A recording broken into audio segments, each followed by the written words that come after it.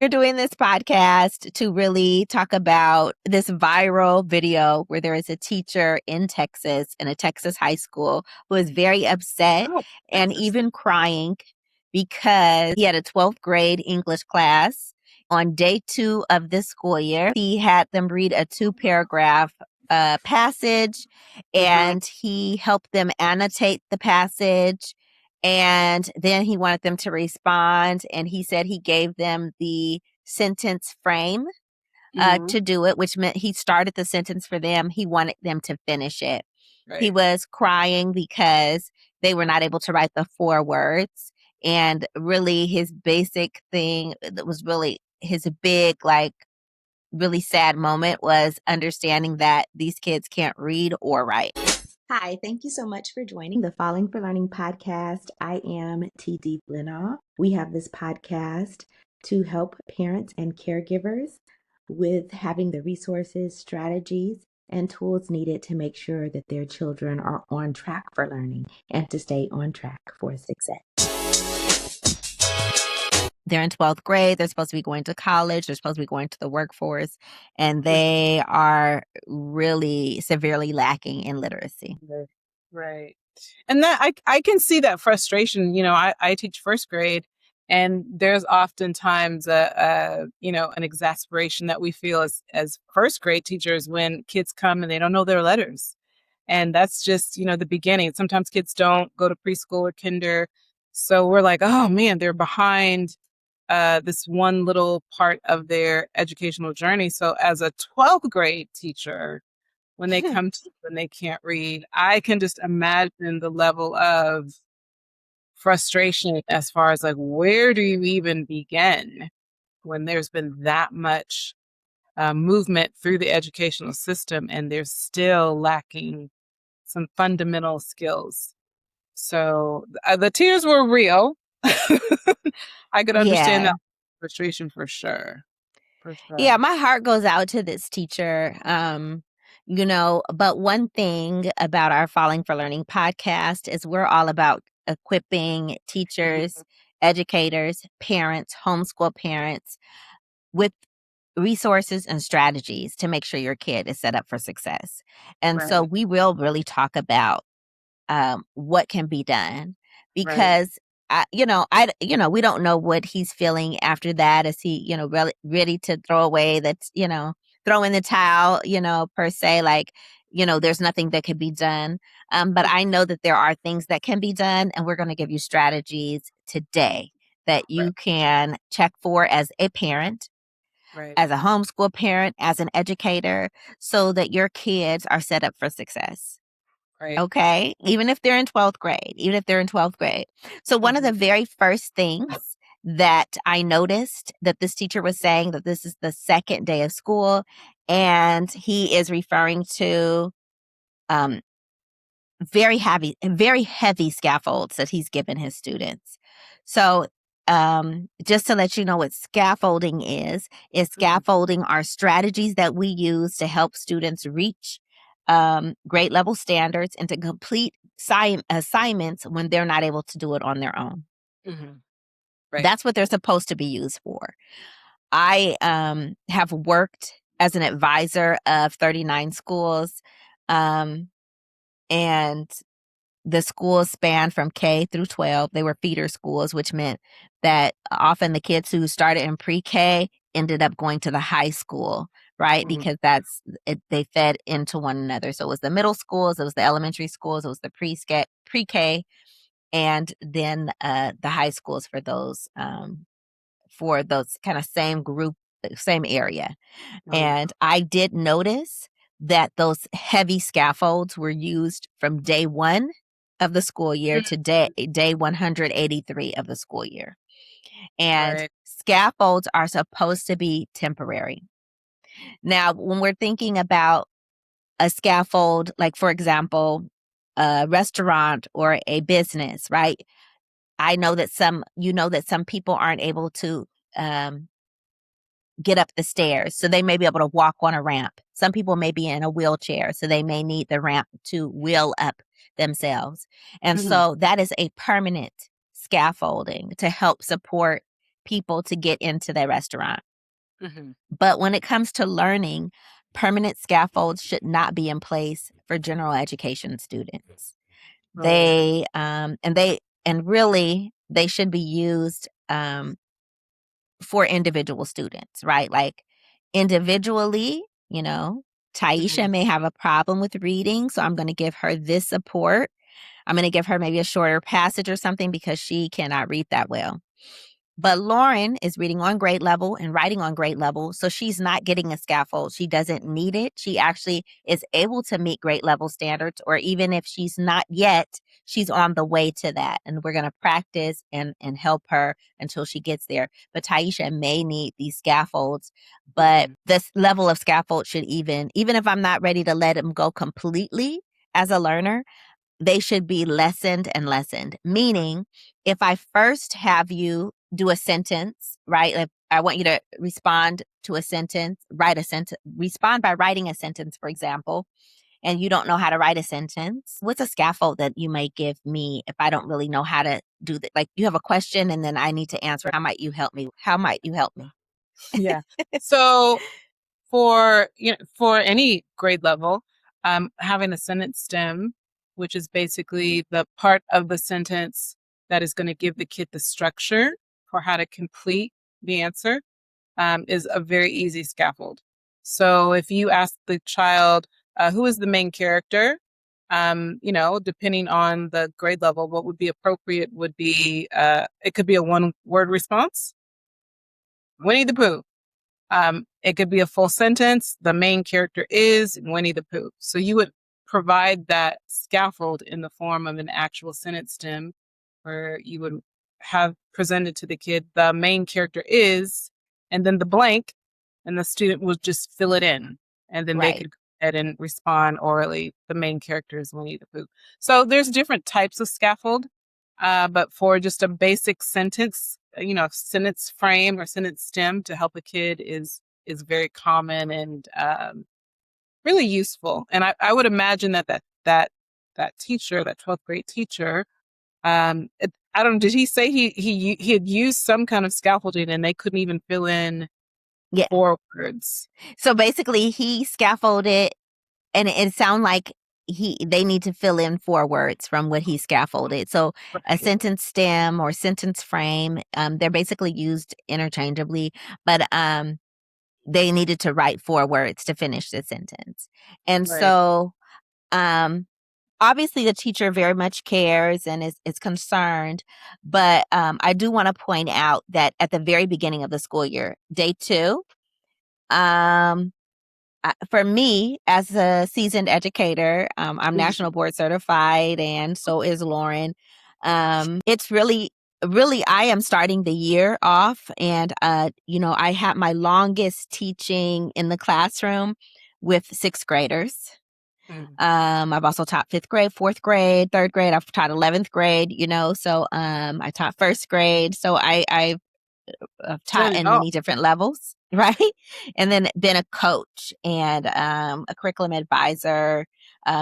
So it really is best practice for you to to find out what your students know at the beginning of the year.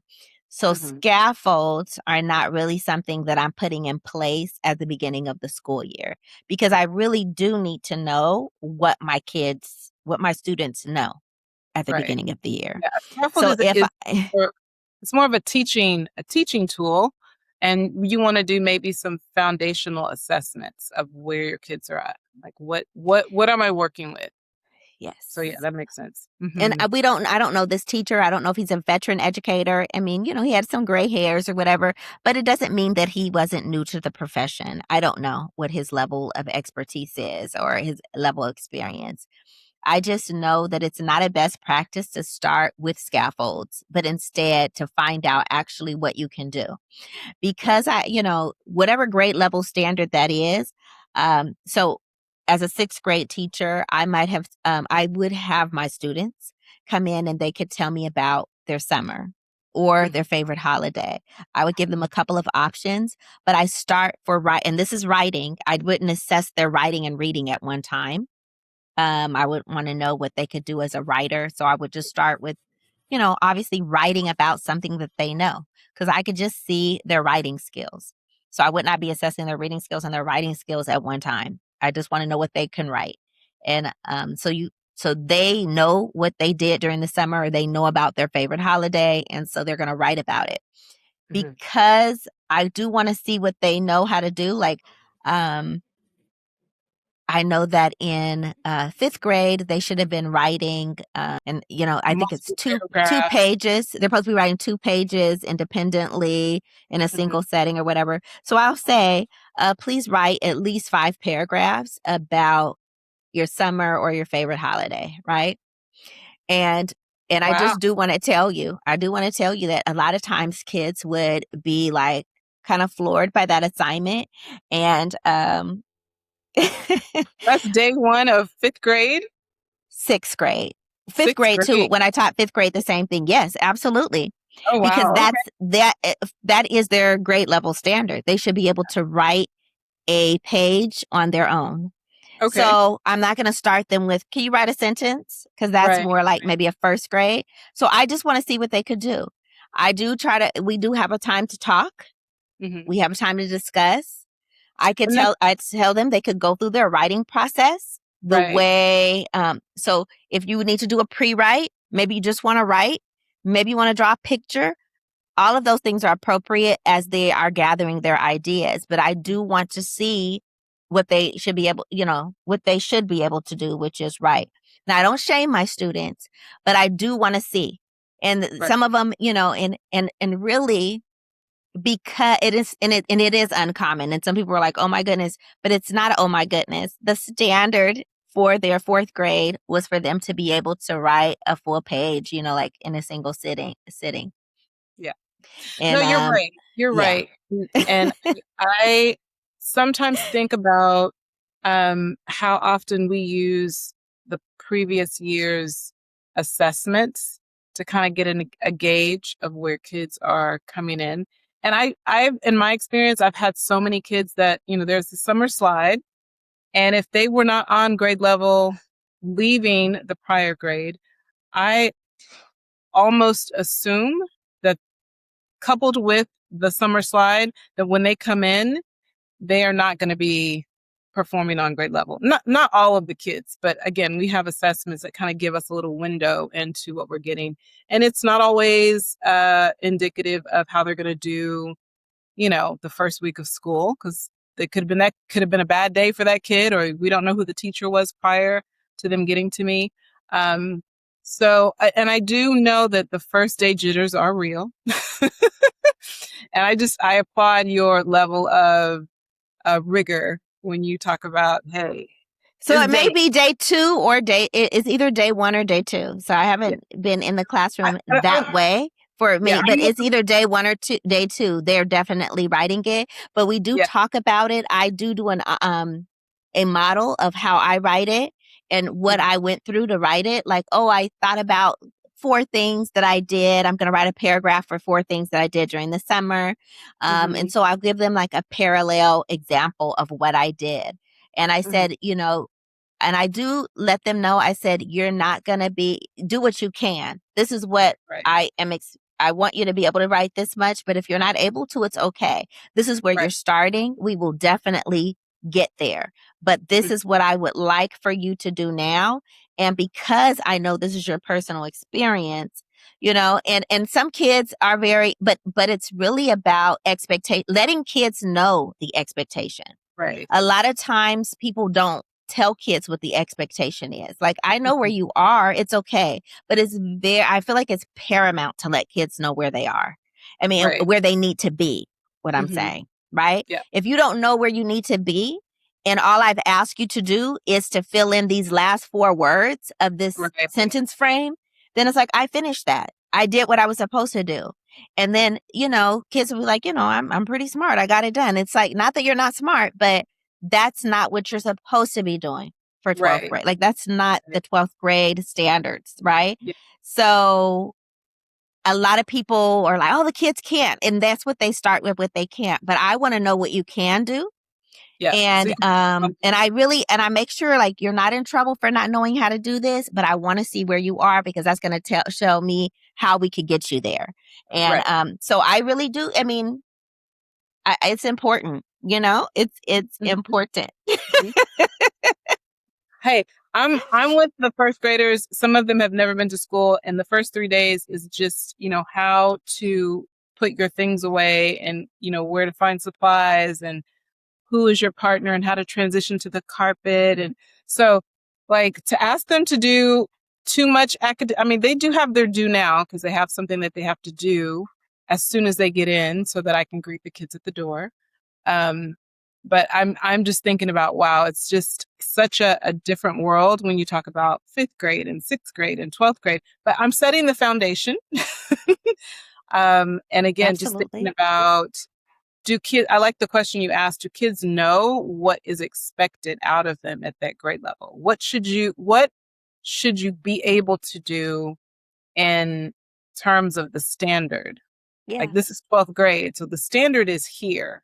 Are you Hmm. able, like, how close are you or how above the standard are you? And, can kids articulate that? Do they know where they're at?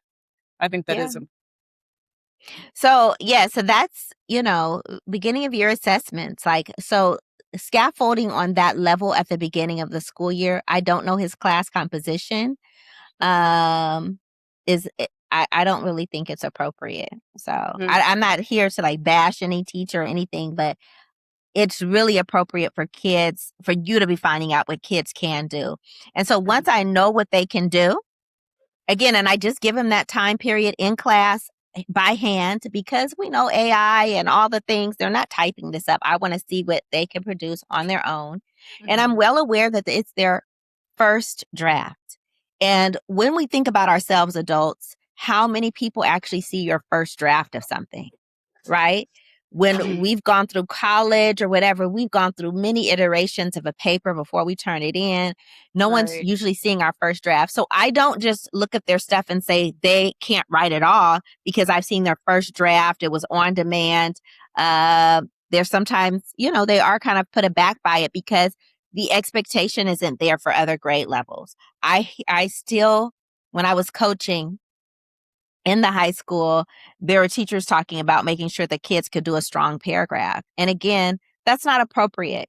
Like high schoolers, that is not the only thing that they need to be able to do.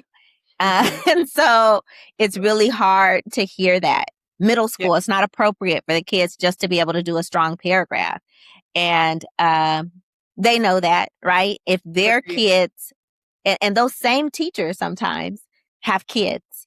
And if Mhm, your kid came home and they were like, oh, I just have to do a paragraph for my ninth grade class or my 10th grade class, they wouldn't accept that. But for somehow with our Black kids, our brown kids, this is what they take as mm, acceptable for them.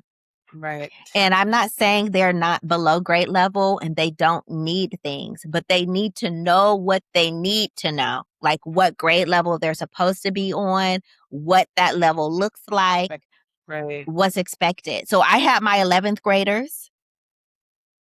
I had my 11th graders start with a narrative.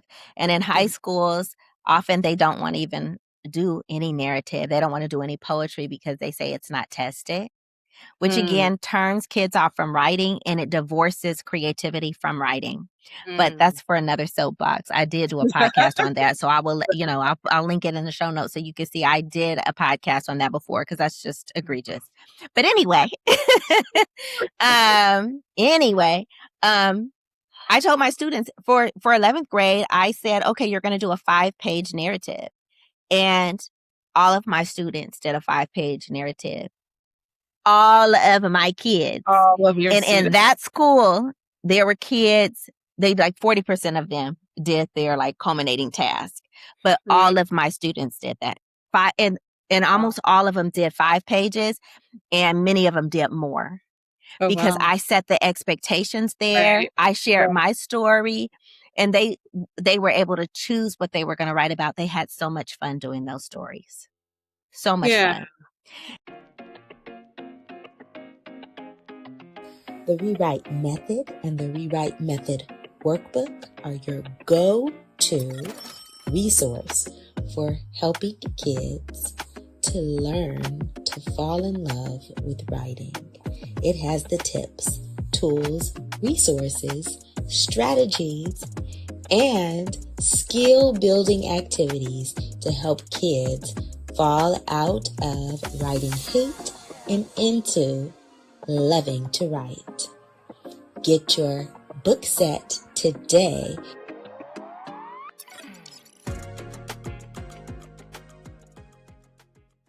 I commend you because I know you're really good at closing the gap. And I think that is what a lot of teachers struggle with. And I remember, years of feeling like kids are coming into the next grade level with so many learning gaps. And I like what you said, for that 12th grade teacher, you can't just throw up your hands and go, well, they can't do this. What are we going to do? You can't just give up and cry and say, oh, it is sad, but there's something that has to be done in order to close the gaps. Yes. So what do you think? What are you thinking in terms of what do teachers do? Because there are a lot of kids who are not ready for the next grade level. They did not master. Absolutely. And I also want to say that teacher, like, I don't know if he, because we have our moments where we have to just vent, and hopefully he's not ready to throw in the towel. Maybe that was just he had to just get it out. Yeah, he just wanted to get that out. But yes, so sorry, Lauren. Yes, what do we do when they aren't ready? Because a lot of them aren't ready. And the students, they did the 5-page narratives. They weren't perfect writers. I'm not a perfect teacher. My students aren't perfect writers. They were below grade level, most of them. And I just helped build on and them having fun, and then them having a choice. Really help them to take on other challenges. So some of the and I'm starting with that because, like I said, in a lot of high schools, they have divorced creativity from writing. And kids don't want to write because all it is you responding to something that I told you to write about, I told you to read. Yeah. And so it's just a lot of what you have to do, and no fun, no creativity. And so I'm leading with fun and creativity at grade level, right? Yeah. And I'm writing with them. I had a story that that I shared with them. I showed them very different variations of the story. I showed them when I didn't show a lot of detail, when I just skipped over some really important parts, and they were able to get the idea of how to revise their narratives and to attempt it, right? Mm-hmm. Where we're talking about a school where 40% of the kids sometimes didn't do their assignments. Right. And I had my students doing, and not all assignments, but there were various assignments that 100% of my students turned in their work, because I made sure that I led with creativity and I gave them a choice, right? Mm-hmm. That's because one way, like, to close the gap is really enticing them or motivating them, because some of them aren't motivated or enticed to participate. So they kind of dialed out anyway. Right. So I'm finding that with my students, we talked about putting the pen to paper, and I think also consistency, like just having them write every day. So my kids, my littles have a journal, and part of their daily, they're due now is to write in their journals. Sometimes I give them a picture prompt, and they can just label the picture, or they can write a sentence, or I'll give them a sentence stem, or not a sentence stem, some idea like, oh, we're having a holiday coming up. What are you going to do on your holiday? Let's draw a picture of it, or you can write a phrase, or you can write any words that relate to the holiday. And just even giving them those options, so that they can feel like, even if I'm not a fluent writer, if I can't write a complete sentence, I can draw a picture, I can write a word. And I remember as a kid having a diary and, writing in my diary every day. Actually, I found my sister's diary in the garage this past summer. Week, I got your little third grade secrets. You don't want me to spill them, ransom this diary. But yeah, we were heavily into writing our diary. I remember there was remember slam books as kids. where it was like a notebook and it had like a prompt at the top, and then you passed it around to your friends and everyone responded to the prompt. And it could be like, I don't know, it could be something as silly as, who is your crush? And you'd have to like, Oh, no, I don't know it. every kid had a number. So you were numbered in the front of the slam book.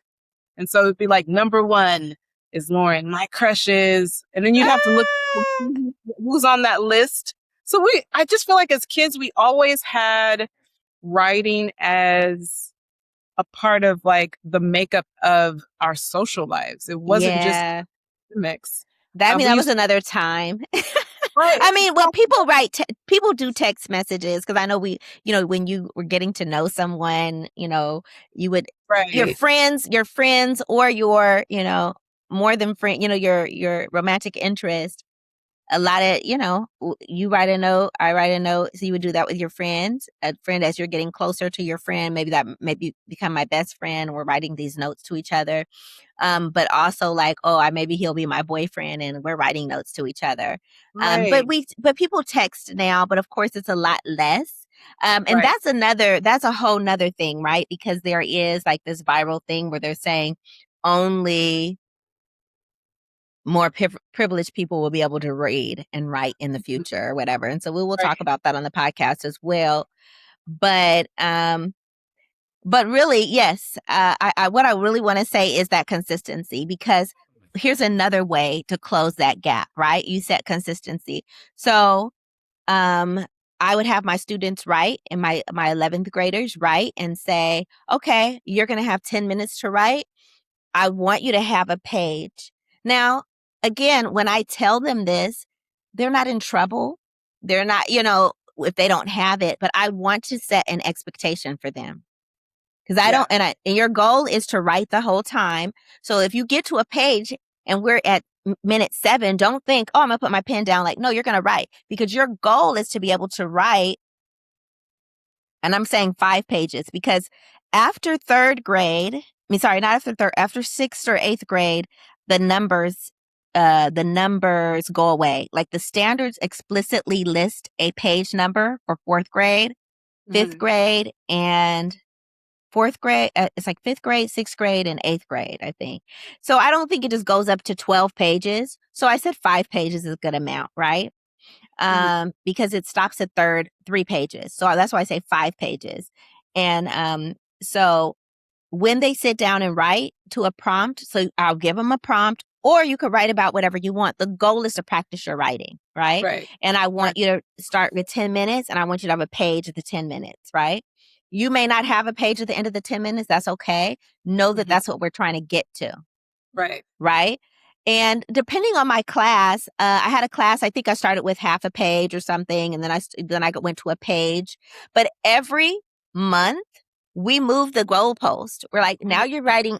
If I started with half a page, okay, now you got to do in 10 minutes you should be able to do a page. Now it's October. I want you to be able to do a page and a half in the 10 minutes or whatever, right? Sometimes I would give them like 15 minutes, right? But the mhm, goal is to keep moving them forward. And now, does everybody get to that half page? No, not everyone is getting to it, but they have the expectation to write. They have something that they're going to write about, or they could write their free choice, right? But their goal is to write and to take their time writing. Now, I didn't grade everything, but I can walk around and see words. That's very different from me sitting down and reading the whole thing or whatever and grading mhm, them. But I gave them credit because I could see them writing. I could tell the difference if you're just writing loops on your page, or, right. I could see your writing. And Um, 20 font. so, but the goal is to build that muscle of writing and to build that stamina. And so Right, I gave them a goal and they kept working towards it, and they weren't in trouble and they weren't penalized, but this is how they get better. And we talked right, about that. They go to soccer practice, they go to basketball practice, they go right. to football practice. Same thing. We're doing some writing practice today, Mhm. right? Yeah, And giving them some choice and some creativity was leading me to actually them being open to doing other things. So now we're reading this book. We're all reading this book, and we're all going to talk about this book. We're going to discuss it. And I would include fun things for my high school kids. We would have a tea party. Our grade level wanted to read. I'm going to roll my eyes because I'm against it. But anyway. What is that book? I can't think about it. It escapes me right now. It was in the 1920s, and there was a rich guy. He was new money, and then there was a Daisy with her old money, and then her husband was Oh my. rich. Ah, Oh yeah. I didn't read I that. forgot the name. I'll put it in the show notes. But Classic? It's a classic? it is a classic, which is unclassic to me. What is the name of this? The novel with Daisy in the town of Egg. I don't remember. The Great Gatsby. The Great Oh, Gatsby. The Great Gatsby. Yes. Oh, yes. The Okay, Great Gatsby. So my grade level wanted to read that. I didn't want to read it. Anyway, but I did read it with my students. We did a little tea party, and we got to know these different characters. And, I had little, lemonade for them, and, we had a little, the music from that time period. And we had like a, beginning novel event. So we need to continue to keep that creativity, that fun in. And then we read that book. We, we responded to that book and, with essays and paragraphs and, different things like that. But they were open to that because we did have the creativity. We had the choice. We had fun. And that is, and again, they want to divorce that. So they want to take it out. They want to suck it out. Like, it's got to be serious. And the kids are the ones who make things serious. If you ever seen a kid very serious about soccer, very serious about, whatever that thing is, right? Right. They add the fun to it. And they add the seriousness to it because that's important to them. But it did start fun for them. It started as something that they were, getting into it maybe because of their friends or whatever. But then they really start prioritizing that. And but having those goals and moving that goalpost. So by the end of the year, and maybe and with sentence frames, I'm going to go back to sentence frames, right? I'm not giving every student sentence frames all year. Now I may have newcomers, international students. They like to, always change up the words in Los Angeles for things, but whatever. So we have students who are learning English or whatever. Maybe they need a sentence frame all year. Maybe not. Right. But I do know that when it's time to take the state test or to take an AP exam or take their SAT, a lot of that they have to do on their own. Right. I'm not able to hold your hand through that process, read the directions, give you a sentence frame. So why would I be giving that to you all year? Exactly. I need to let you know and do progress checks. All month, I've been giving you sentence frames, right? And then again, if I start with the highest level of scaffold is I provide everything except the last word. The name of the character is, and then you could just add Winnie the Pooh or whatever, right? You could just add that one word. That's a very high level scaffold. But maybe as I'm moving on, depending on, and again, I need to check to see, is Taisha ready for full, or what is she, right? So I'm going to take away and I'm going to let you know, I'm going to give you this full scaffold right now, next month, next week, whatever appropriate, right? Every 2 weeks, I'm going to take a word away. So maybe I'll give you the first word at the end, but I'm like, if I'm starting just that same sentence, the character is, and you add the last word, the character, and then you could add is Winnie, right? Finish the rest for me. And they're like, oh, character, how are we pulling back those supports so that you can feel confident and you could get used to, you have an opportunity to actually meet the standard because you've been practicing. You grow that muscle. Yeah. Yeah. No, I totally agree. I totally agree. So, Lauren, like with your students, how do you build on what they know? So you did your I'm not saying you did. Once you've done your beginning of year assessments, you see where the Mhm. different kids are. Now you notice we're not all the same. All your students are not going to be the same level. How do you Right. build on what they know and then provide supports for individual students rather than just give everybody the same level of Right. support? Yeah, so we have a built-in block. It's our RTI, or response to intervention, where we do look at our data and we go back and see where are the missing links. And thank goodness there's so many different assessment tools that are they generate such specific data, and they basically provide you with, these are the holes. This kid is missing phonemic awareness, or this child is has phonemes but they're not able to blend them. This child is able to blend, but when it comes to words with digraphs or diphthongs or whatever, the different combinations of letters, that's where they get confused. So it's a very specific prescription, and it's really my job as the teacher to keep the kids motivated to have that extra time, because it's extra work for them because they're catching up. Mm-hmm. So to motivate them through different types of games, we do building words. We have little squares where we help them build words. Sometimes we use cards where they actually create human cards, or human. Um, I guess I would say each little human is carrying a letter, and they build the words and make like a little string Yes, I love that word activity. Mm-hmm. change. Yeah, you change the beginning sounds, you change the middle sounds. And so we have to do lots of different activities to help them catch up. And like I said, I have first graders, so it's, what do you do with the other kids who are already on grade level?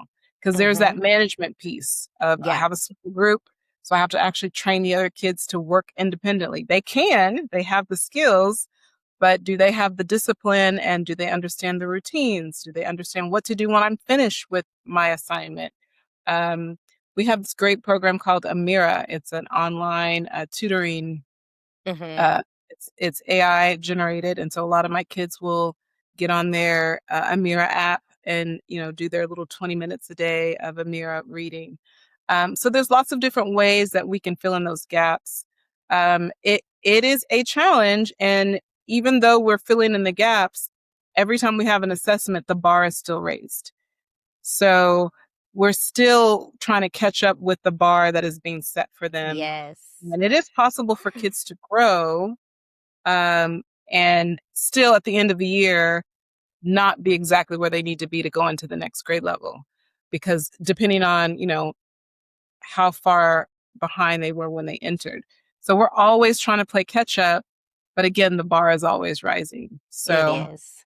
it's a very it's challenging. There have been times when I've sent kids on and I'm like, parents are going to have to continue to practice during the summer, because again, that summer slide is real. Those Yes. they're out of school. We made all this progress. We're right here at the threshold of being on grade level, and then we have the summer, right? And so it's Yeah. just, parents aren't continuing that work of having them in the routine of writing and reading. Then it becomes very, very challenging the following year. Yeah. And one thing you said, like the continuous, right? Parents Mhm. are the first educators and they're the continuous educators. Yes. And so Yes. really taking that on and building those routines at home for reading and writing regularly is really going to be the best thing that you can do for Right. your child. And so by the time they get into 12th grade, they're not feeling helpless or not able to do things. Now, some stuff I do want to say, some stuff is learned helplessness, right? Like, I'm going to wait till my teacher gets me the sentence stem or whatever. But also, Mhm. if they know, like, no, I'm not giving you a sentence stem today, I want to see what you can do without it. I still give my students checks in between, right? Like, I want to see what you can do. We've been giving you sentence stems, but now I want you to do this by yourself and see how you're going to do without. You're not in trouble. I need to know where you are. I need to see how we can adjust, right? And then I'm like, okay, they're not there yet. They're better. They're better at this. They learned this. They still need support with this. And then we could go back to providing scaffolds and maybe a little bit less scaffolds as we go and adjusting it as we go. But it's something that we have to let kids know where they're supposed to be. We have to help them accountable for it. And you're not hurting them. A lot of people, there's this thing that you want to, like, a lot of teachers, like, they want to protect the kids from the stand. Oh, you don't want to give them all that by themselves.